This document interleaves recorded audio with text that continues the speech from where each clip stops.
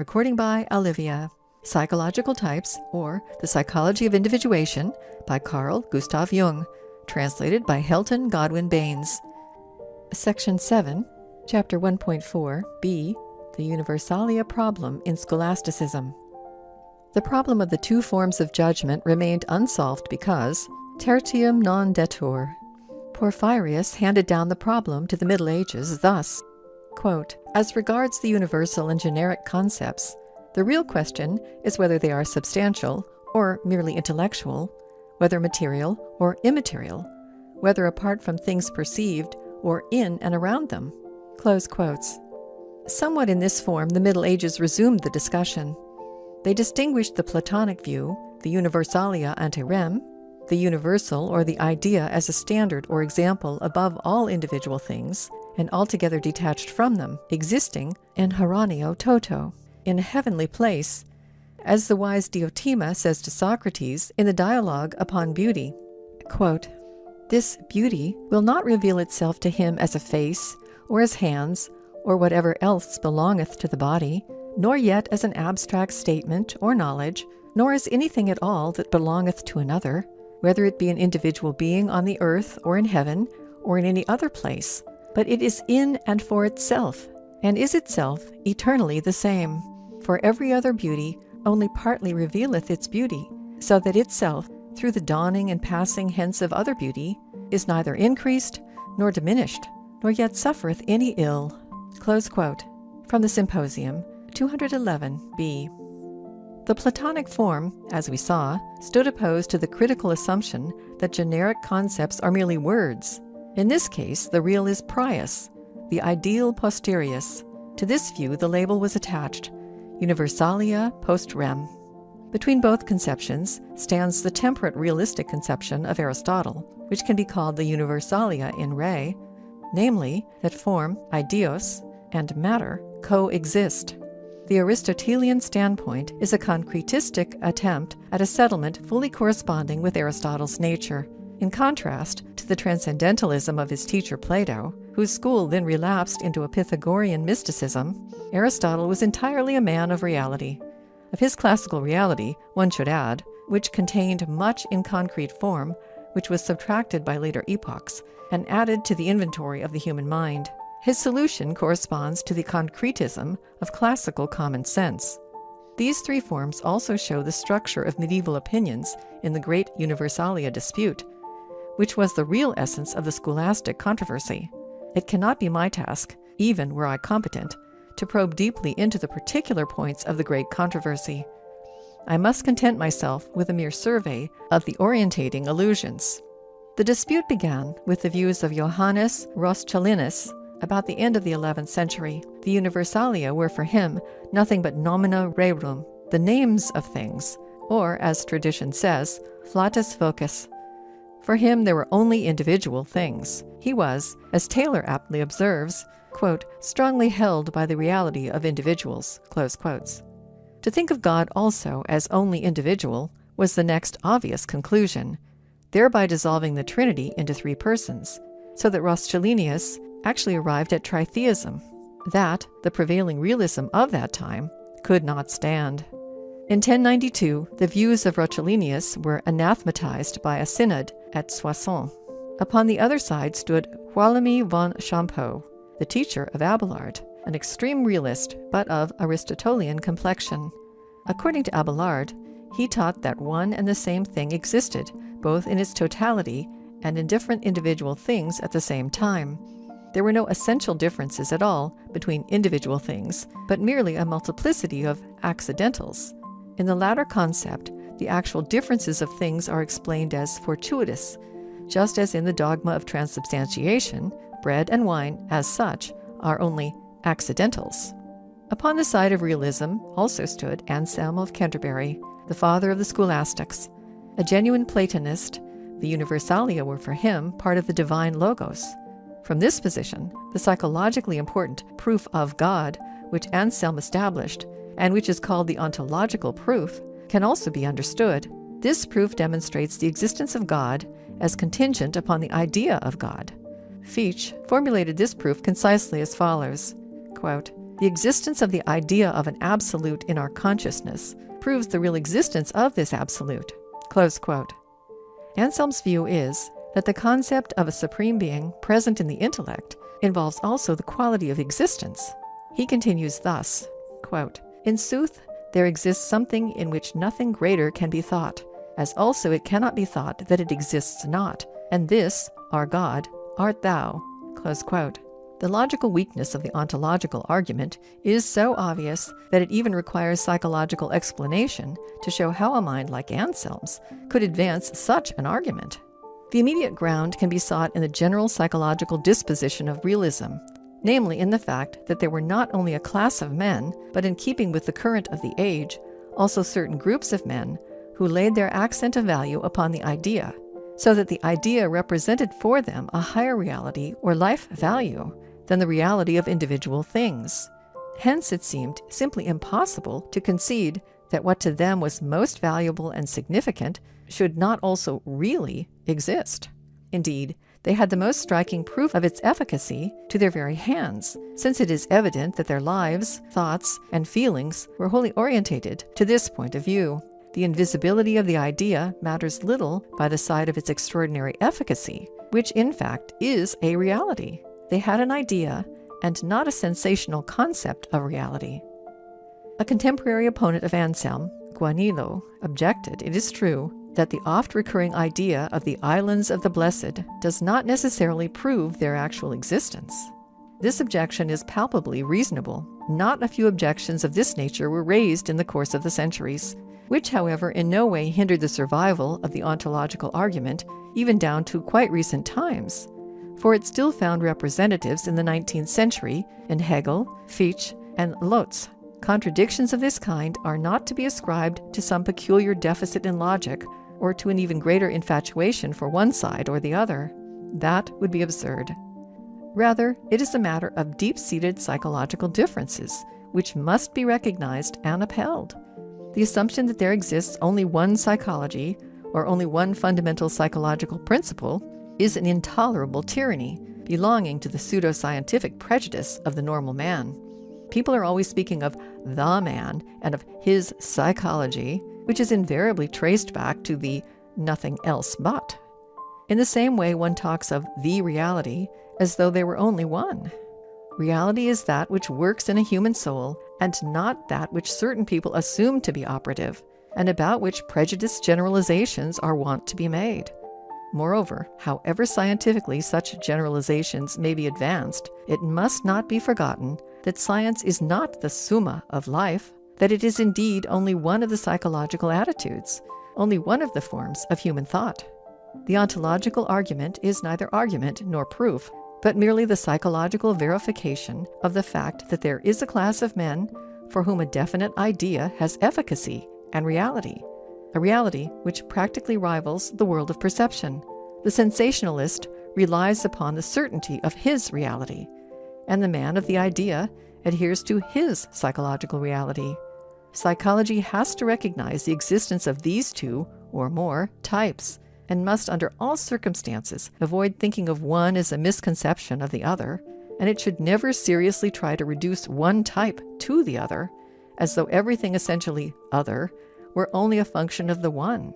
This does not mean that the trustworthy scientific principle, principia explicandi praeter necessitatem non sunt multiplicanda, should be abrogated, but the necessity for a plurality of psychological principles still remains.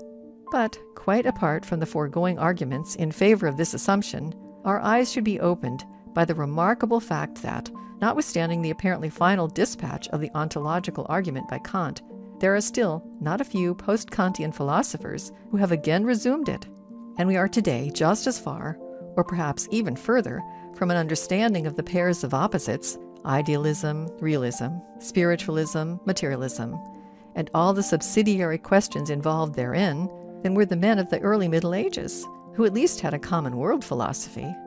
In favor of the ontological proof, there is surely no logical argument that appeals to the modern intellect. The ontological argument in itself had really nothing to do with logic, but in the form in which Anselm bequeathed it to history, there arises a supplementary intellectualized or rationalized psychological fact, which, naturally, without petitio principii or other sophistries, could never have occurred. But it is just in this that the unassailable validity of the argument reveals itself, namely, that it exists, and that the consensus gentium proves it to be universally existing. It is the fact that it has to be reckoned with, not the sophistry of its proof, for the impotence of its ontological argument consists simply and solely in this, that it will argue logically, while in reality it is much more than a purely logical proof, for the real issue is a psychological fact whose occurrence and effectiveness are so overwhelmingly clear that no sort of argumentation is needed. The consensus gentium proves that in the statement, quote, God is, because he is thought, close quote. Anselm is right. It is an obvious truth, indeed, nothing but a statement of identity. The logical argument about it is quite superfluous, and is moreover wrong, inasmuch as Anselm wished to establish his idea of God as a concrete reality. He says, beyond all doubt there exists something than which nothing greater can be thought, and moreover, it exists as much in the intellect as in the thing. The concept res was, however, to the scholastics, something that stood upon the same level as thought. Thus Dionysius the Areopagite, whose writings exercised a considerable influence upon early medieval philosophy, distinguishes in neighboring categories rational, intellectual, perceptible, simply existing things. Thomas Aquinas calls that which is in the soul res, as also that which is outside the soul. This noteworthy juxtaposition still enables us to discern the primitive objectivity of the idea in the thought of that time. From this mental attitude, the psychology of the ontological proof becomes easily intelligible. The hypostaticizing of the idea was not at all an essential step, but rather, as an echo of the primitive concreteness of thought, it was taken for granted. The counter-argument of Guanilo is psychologically insufficient, for, although, as the consensus gentium proves, the idea of an island of the blessed frequently occurs, yet it is indubitably less effective than the idea of God, which consequently receives a higher reality value. Later writers who resumed the ontological argument all fell, at least in principle, into Anselm's error. Kant's reasoning should be final. We will therefore briefly outline it. He says, quote, the concept of an absolutely necessary being is a pure concept of reason, that is, an idea only, whose objective reality is not by any means proved because the reason has need of it. The unconditioned necessity of a judgment, however, is not an absolute necessity of the thing, for the absolute necessity of a judgment is only a conditioned necessity of the thing, or of the predicate in the judgment. Close quote. Immediately prior to this, Kant gives as an example of a necessary judgment that a triangle must have 3 angles. He is referring to this statement when he continues, quote, the proposition just cited does not say that 3 angles are absolutely necessary, but only that, if a triangle exists, it must contain 3 angles. But this mere logical necessity has given evidence of such a great power of illusion that people have framed a priori the conception of a thing that seems to include existence within its content, and have then assumed that because existence belongs necessarily to the object as conceived, it must also belong necessarily to the thing itself. Thus it is inferred that there is an absolutely necessary being, because the existence of that being is thought in a conception that has been arbitrarily assumed, and assumed under the supposition that there is an actual object corresponding to it. Close quote. The power of illusion to which Kant here alludes is nothing else but the primitive, magical power of the word, which likewise mysteriously inhabits the idea. It needed a long process of development before man once fundamentally realized that the word, the flatus vocis, does not in every case also signify or affect a reality. But that certain men have understood this has not by any means sufficed to uproot from every mind that superstitious power which dwells within the formulated concept. There is evidently something in this instinctive superstition that will not be uprooted. It exhibits, therefore, some right to existence, which till now has not been sufficiently appreciated. The paralogism, false conclusion, is in like manner introduced into the ontological argument, namely through an illusion which Kant elucidates as follows. He is now speaking of the assertion of absolutely necessary subjects, the conception of which is simply inherent in the idea of existence, and therefore, without intrinsic contradiction, cannot be dismissed. This conception would be that of the most real being for all. Quote, "This being, it is said, possesses all reality, and such a being, as I am willing to admit, we are justified in assuming to be possible. Now that which really comprehends all reality must comprehend also existence. Hence, existence is involved in the conception of a thing as possible. If, therefore, the thing is denied existence, even its internal possibility is denied, and this is self-contradictory. Either the thought in you must itself be the thing, or you must have simply assumed existence to be implied in mere possibility, which is nothing but a wretched tautology. Being is evidently no real predicate. That is, the conception of something that is capable of being added to the conception of a thing. It is merely the ungrounded assertion of a thing, or of certain determinations as an object of thought. In logic, being is simply the copula of a judgment. The proposition, God is omnipotent, contains two conceptions, the objects of which are respectively God and omnipotence, and the word is adds no new predicate, but is merely a sign that the predicate omnipotent is asserted in relation to the subject, God. If, then, I take the term God, which is the subject, to comprehend the whole of the predicates, including the predicate omnipotent, and say, God is, or there is a God, I do not enlarge the conception of God by a new predicate, but I merely bring the subject in itself, with all its predicates, in other words, the object, into relation with my conception. The content of the object and of my conception must be exactly the same, and hence I add nothing to my conception, which expresses merely the possibility of the object by merely placing its object before me in thought and saying that it is. The real contains no more than the possible. 100 real dollars do not contain a cent more than 100 possible dollars. No doubt there are in my purse $100 more if I actually possess them than if I have merely the conception, that is, have merely the possibility of them. Our conception of an object may thus contain whatever and how much it will. Nevertheless, we must ourselves stand away from the conception in order to bestow existence upon it. This happens with sense objects through the connection with any one of our perceptions in accordance with empirical laws. But for objects of pure thought, there is no sort of means for perceiving their existence because it is wholly a priori that they can be known. Our consciousness of all existence, however, belongs altogether to a unity of experience, and an existence outside this field cannot absolutely be explained away as impossible, but it is a supposition that we have no means of justifying." Close quote. This detailed reminder of the fundamental exposition of Kant seems to be necessary, since it is precisely here that we find the sharpest division between the esse in intellectu and the esse in re. Hegel cast the reproach at Kant that one could not compare the idea of God with the fantasy of $100, but, as Kant rightly pointed out, logic must be abstracted from all content. There would certainly be no more logic if content were to prevail. Seen from the standpoint of logic, there exists, as ever, no third between the logical either or. But between intellectus and res, there is still anima. And this esse in anima makes the entire ontological argument superfluous. Kant himself, in his critique of practical reason, attempted on a large scale to make a philosophical estimate of the esse in anima. There he introduces God as a postulate of practical reasoning, proceeding from the a priori recognition of, quote, respect for moral law necessarily directed toward the highest good, and the supposition or inference therefrom of the objective reality of the same. Close quote. The esse in anima, then, is a matter of psychological fact, concerning which it is only necessary to decide whether it appears once, often, or universally in human psychology.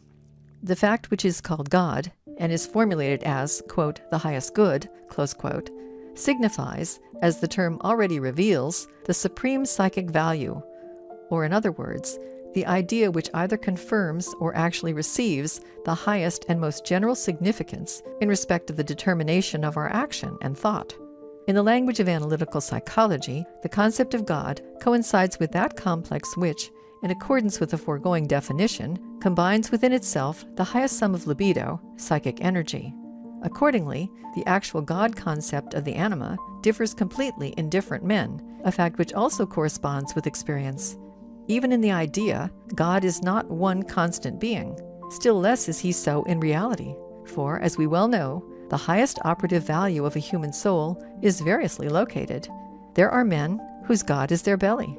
Similarly, there are men whose God is money, science, power, sexuality, and so forth. The whole psychology of the individual, at least in its principal tendencies, is displaced in accordance with the respective localization of the highest good, so that a psychological theory which is exclusively based on any one basic instinct, as for example power or sexuality, can adequately explain features of only secondary significance when applied to an individual of another orientation. End of section 7.